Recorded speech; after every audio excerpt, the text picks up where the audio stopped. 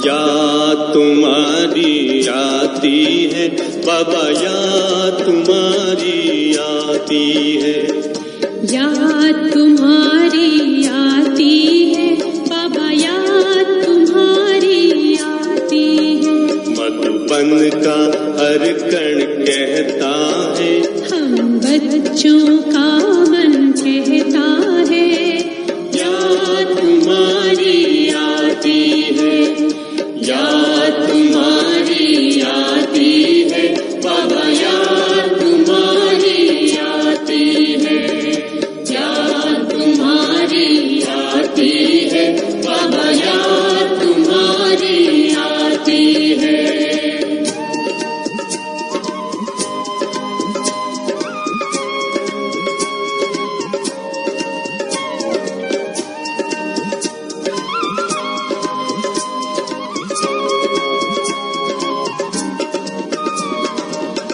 सृष्टि के आदि पिता ब्रह्मा बाबा, प्यारे प्यारे बाबा।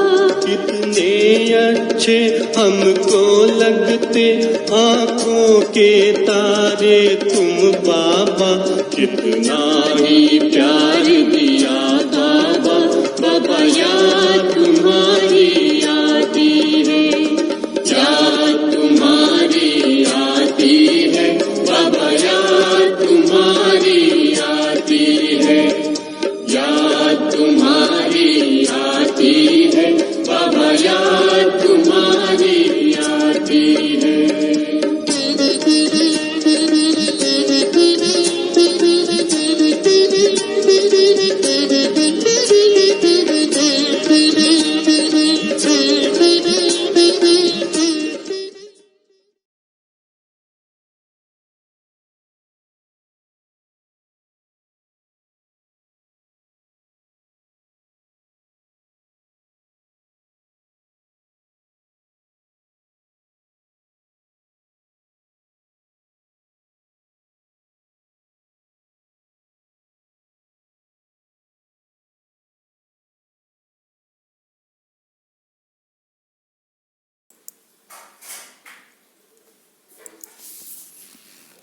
ओम शांति। आज 14 दिसंबर 2020 की ज्ञान सागर शिव बाबा बोले, मीठी बच्चे, तुम्हारे सुख के दिन अब पूरे हुए। तुम अब ऐसी दुनिया में जा रहे हो जहाँ कोई भी अप्राप्त वस्तु नहीं। प्रश्न है, किन दो शब्दों का राज तुम्हारी बुद्धि में होने कारण पुरानी दुनिया से बेहद का बैराग रहता है? उत्तर में बाबा बोले, उतरती कला और चढ़ती कला का राज तुम्हारी बुद्धि में है। तुम जानते हो आधा कल्प हम उतरते आए, अभी है चढ़ने का समय। बाप आए हैं नर से नारायण बनाने की सत्य नॉलेज देने। हमारे लिए अब कलयुग पूरा हुआ, नई दुनिया में जाना है, इसलिए इससे बेहद का बैराग है। गीत बजा, धीरज धर मनवा। ओम शांति। मीठे मीठे रूहानी बच्चों ने गीत सुना। रूहानी बाप बैठ समझाते हैं, ये एक ही पुरुषोत्तम संगम युग है, जबकि कल्प कल्प बाप आकर रूहानी बच्चों को पढ़ाते हैं, राजयोग सिखलाते हैं। बाप रूहानी बच्चों को कहते हैं, मनवा अर्थात आत्मा, हे आत्मा धीरज धरो। आत्माओं से बात करते हैं, इस शरीर का मालिक आत्मा है। आत्मा कहती है, मैं अविनाशी आत्मा हूँ, ये मेरा शरीर विनाशी है। रूहानी बाप कहते हैं, मैं एक ही बार कल्प के संगम पर आकर तुम बच्चों को धीरज देता हूँ कि अब सुख के दिन आते हैं। अभी तुम दुखधाम रोरफ नरक में हो। सिर्फ तुम नहीं हो, परंतु सारी दुनिया रोरफ नरक में है। तुम जो मेरे बच्चे बने हो, रोरफ नरक से निकलकर स्वर्ग में चल रहे हो। सतयुग, त्रेता द्वापर पास हो गया, कलयुग भी तुम्हारे लिए पास हो गया। तुम्हारे लिए यह पुरुषोत्तम संगम युग है, जबकि तुम तमो प्रधान से सतु प्रधान बनते हो। आत्मा जब सतु प्रधान बन जाएगी तो फिर ये शरीर भी छोड़ देंगे, है ना। सतु प्रधान आत्मा को सतयुग में नया शरीर चाहिए, वहाँ सब कुछ नया होता है। बाप कहते हैं बच्चे अब दुखधाम से सुखधाम में चलना है, उसके लिए पुरुषार्थ करना है। सुखधाम में इन लक्ष्मी नारायण की राजाई थी, तुम पुरुषार्थ कर रहे हो नर से नारायण बनने का।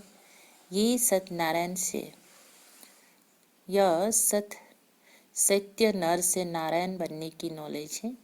भक्ति मार्ग में हर पूर्णमासी पर कथा सुनते आए हो, परंतु वो है ही भक्ति मार्ग, उसे सत्य मार्ग नहीं कहेंगे। ज्ञान मार्ग है सत्य मार्ग। तुम सीढ़ी उतरते उतरते झूठ खंड में आते हो। अभी तुम जानते हो सत्य बाप से हम ये नॉलेज पाकर 21 जन्म देवी देवता बनेंगे। हम थे, फिर सीढ़ी उतरते आए। उतरती कला और चढ़ती कला का राज तुम्हारी बुद्धि में है। पुकारते भी हैं, हे बाबा आकर हमको पावन बनाओ। एक बाप ही पावन बनाने वाला है।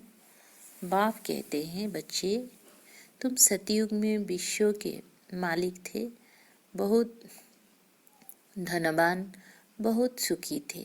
अभी बाकी थोड़ा समय है, पुरानी दुनिया का विनाश सामने खड़ा है।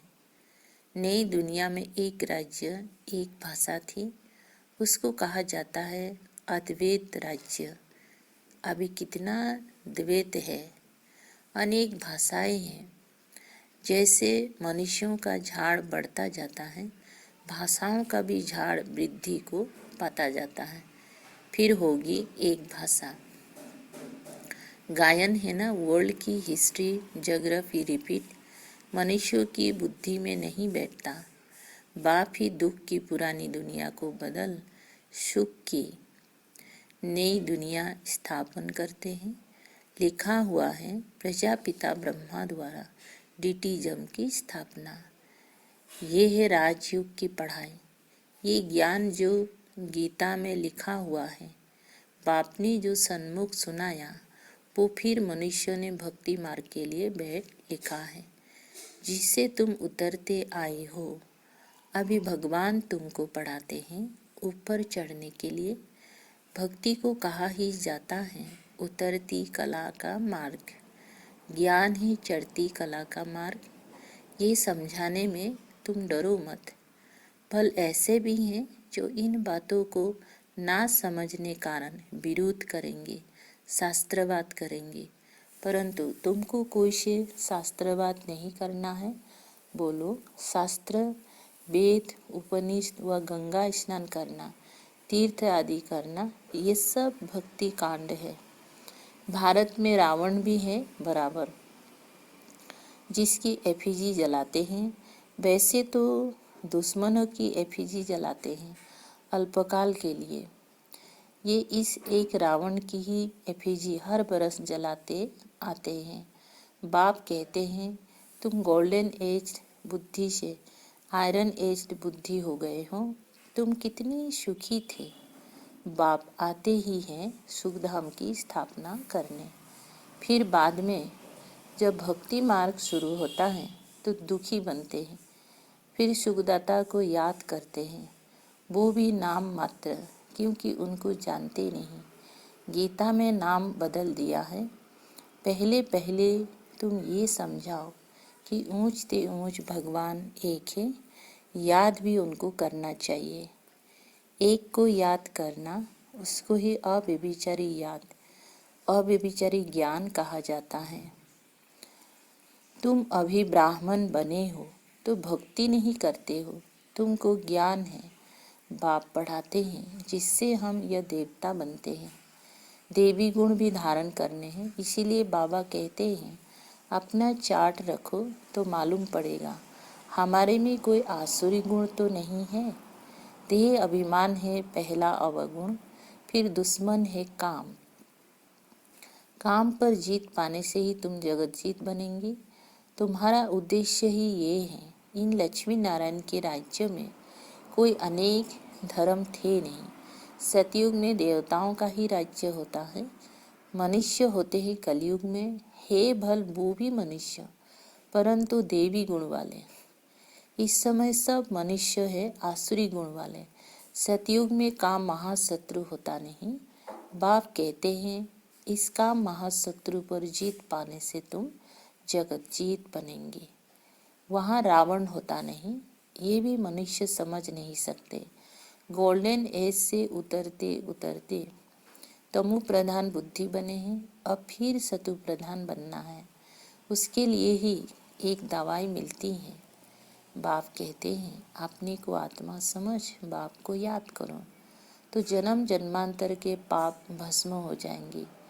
तुम बैठे हो पापों को भस्म करने, तो फिर आगे पाप नहीं करना चाहिए, नहीं तो वो 100 गुणा बन जाएगा।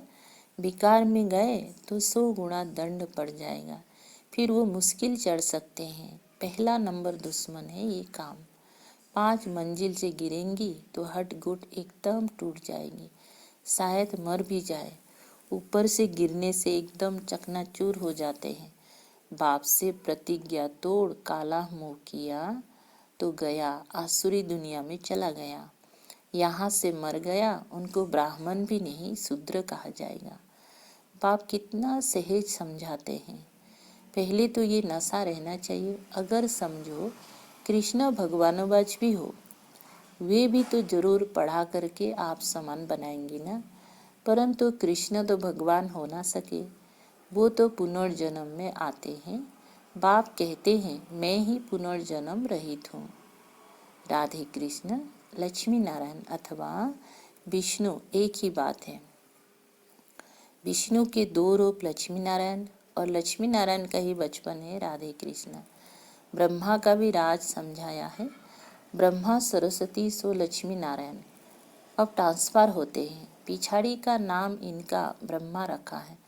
बाकी ये ब्रह्मा तो देखो एकदम आयरन एज में खड़ा है। यही फिर तपस्या कर कृष्ण वहाँ श्री नारायण बनते हैं। विष्णु कहने से उसमें दोनों आ जाते हैं। ब्रह्मा की बेटी सरस्वती, ये बातें कोई समझ ना सके। 4 भुजा ब्रह्मा को भी देते हैं, क्योंकि प्रवृत्ति मार्ग है ना। निर्वृत्ति मार्ग वाले ये ज्ञान दे नहीं सकते। बहुतों को बाहर से फंसा कर ले आते हैं कि चलो हम प्राचीन राजयोग सिखलाएं। अब सन्यासी राजयोग सिखला ना सके। अब ईश्वर आए हैं, तुम अब उनके बच्चे ईश्वरीय संप्रदाय बने हो। ईश्वर आए हैं तुमको पढ़ाने, तुमको राजयोग सिखला रहे हैं। वो तो है निराकार। ब्रह्मा द्वारा तुमको अपना बनाया है। बाबा बाबा तुम उनको कहते हो। ब्रह्मा तो बीच में इंटरप्रेटर है। भाग्यशाली रथ है। इस द्वारा बाबा तुमको पढ़ाते हैं। तुम भी पतित से पावन बनते हो। बाप पढ़ाते हैं मनुष्य से देवता बनाने। अभी तो रावण राज्य आसुरी संप्रदाय है ना। अभी तुम ईश्वरीय संप्रदाय बने हो, फिर देवी संप्रदाय बनेंगे। अभी तुम पुरुषोत्तम संगम युग पर हो, पावन बन रहे हो।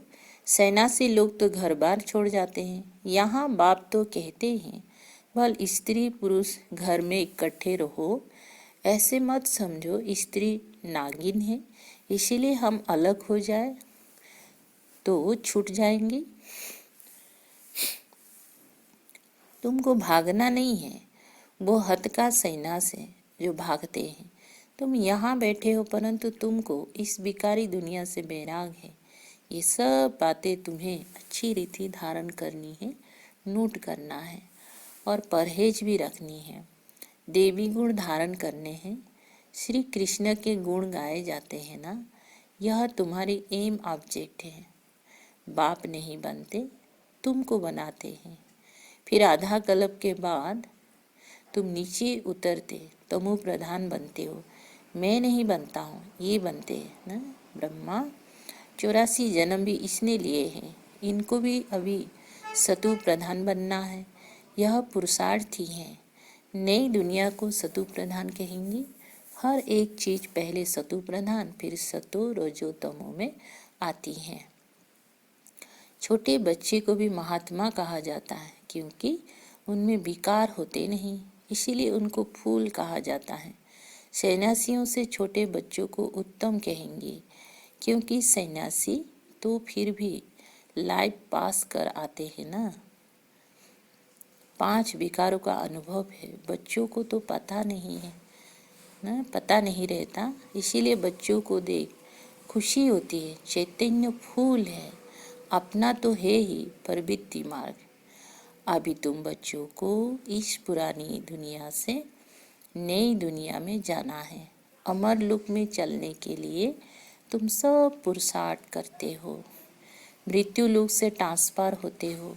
देवता बनना है तो उसके लिए अब मेहनत करनी पड़े। प्रजापिता ब्रह्मा के बच्चे भाई बहन हो जाते हैं। भाई बहन तो थे ना।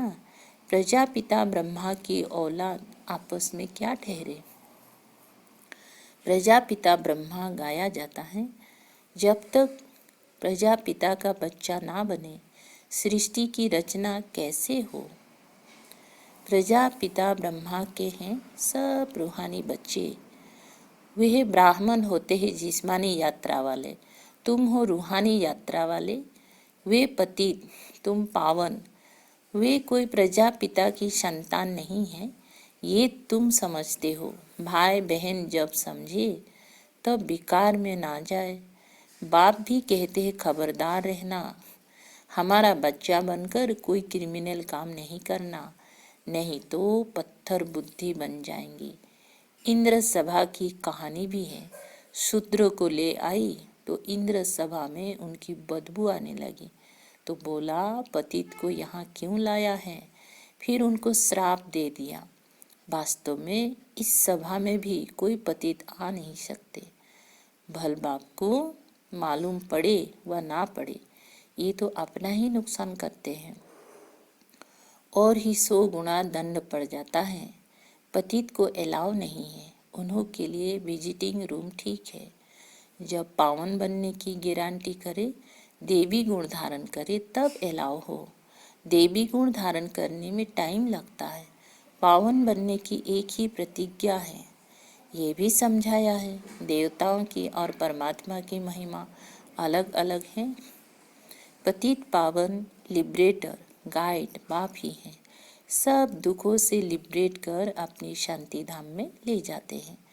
शांति धाम, सुख धाम और दुख धाम, ये भी चक्र है। अभी दुख धाम को भूल जाना है।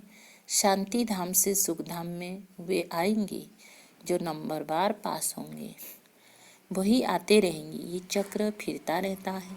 ढेर की ढेर आत्माएं सबका पार्ट नंबरवार है, जाएंगे भी नंबरवार। उनको कहा जाता है शिव बाबा का सिजरा अथवा रुद्रमाला। नंबरवार जाते हैं फिर नंबरवार आते हैं। दूसरे धर्म वालों का भी ऐसा होता है। बच्चों को रोज समझाया जाता है। स्कूल में रोज नहीं पढ़ेंगे, मुरली नहीं सुनेंगे तो फिर अपसेंट हो जाएंगे। पढ़ाई की लिफ्ट तो जरूर चाहिए। गॉडली यूनिवर्सिटी में अपसेंट थोड़ी होनी चाहिए। पढ़ाई कितनी ऊंच है, जिससे तुम सुखधाम के मालिक बनते हो। वहाँ तो अनाज सब फ्री रहता है, पैसा नहीं लगता। अभी तो कितना महंगा है, 100 बरस में कितना महंगा हो गया है। वहाँ कोई अप्राप्त वस्तु नहीं होती है जिसके लिए मुश्किलात आवे। वो है ही सुखधाम। तुम अभी वहाँ के लिए तैयारी कर रहे हो। तुम बेगर टू प्रिंस बनते हो। साहूकार लोग अपने को बेगर नहीं समझते हैं। अच्छा, मीठे मीठे सिकलधे बच्चों प्रति माता पिता बाप दादा का याद प्यार और गुड मॉर्निंग। रूहानी बाप की रूहानी बच्चों को नमस्ते। हम रूहानी बच्चों की रूहानी बाप दादा को याद प्यार, गुड मॉर्निंग और नमस्ते नमस्ते। धारणा के लिए सार है, बाप से जो संपूर्ण पावन बनने की प्रतिज्ञा की है, इसे तोड़ना नहीं है। बहुत बहुत परहेज रखनी है। अपना चार्ट देखना है, हमारे में कोई अवगुण तो नहीं है। 2, गॉडली यूनिवर्सिटी में कभी भी एब्सेंट नहीं होना है। सुखधाम का मालिक बनने की ऊंची पढ़ाई एक दिन भी मिस नहीं करनी है। मुरली रोज जरूर सुननी है। आज का मीठा वरदान है, मनसा वाचा और कर्मना की पवित्रता में संपूर्ण मार्क्स लेने वाले नंबर 1 आज्ञाकारी भव। विस्तार है, मनसा पवित्रता अर्थात संकल्प में भी अपवित्रता के संस्कार इमर्ज ना हो। सदा आत्मिक स्वरूप अर्थात भाई भाई की श्रेष्ठ स्मृति रहे। वाचा में सदा सत्यता और मधुरता हो। कर्मणा में सदा नम्रता, संतुष्टता और हर्षित मुक्ता हो। इसी आधार पर नंबर मिलते हैं और ऐसे संपूर्ण पवित्र आज्ञाकारी बच्चों का बाप भी गुणगान करते हैं। वही अपने हर कर्म से बाप के कर्तव्य को सिद्ध करने वाले समीप रत्न है। स्लोगान है, संबंध संपर्क और स्थिति में लाइट बनो, दिनचर्या में नहीं। अच्छा, ओम शांति। शुक्रिया बाबा, शुक्रिया।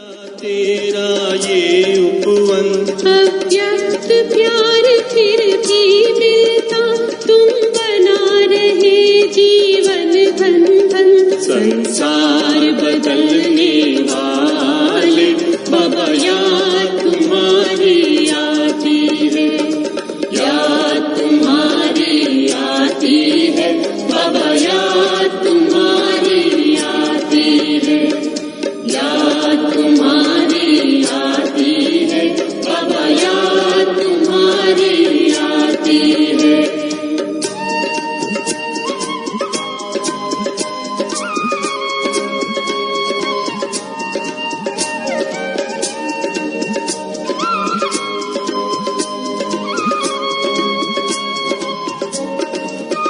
दिन जनवरी 18 का जो जो करीब आने लगता, तेरी यादें बढ़ने लगती है, मन नई प्रेरणा है पाता। हे ना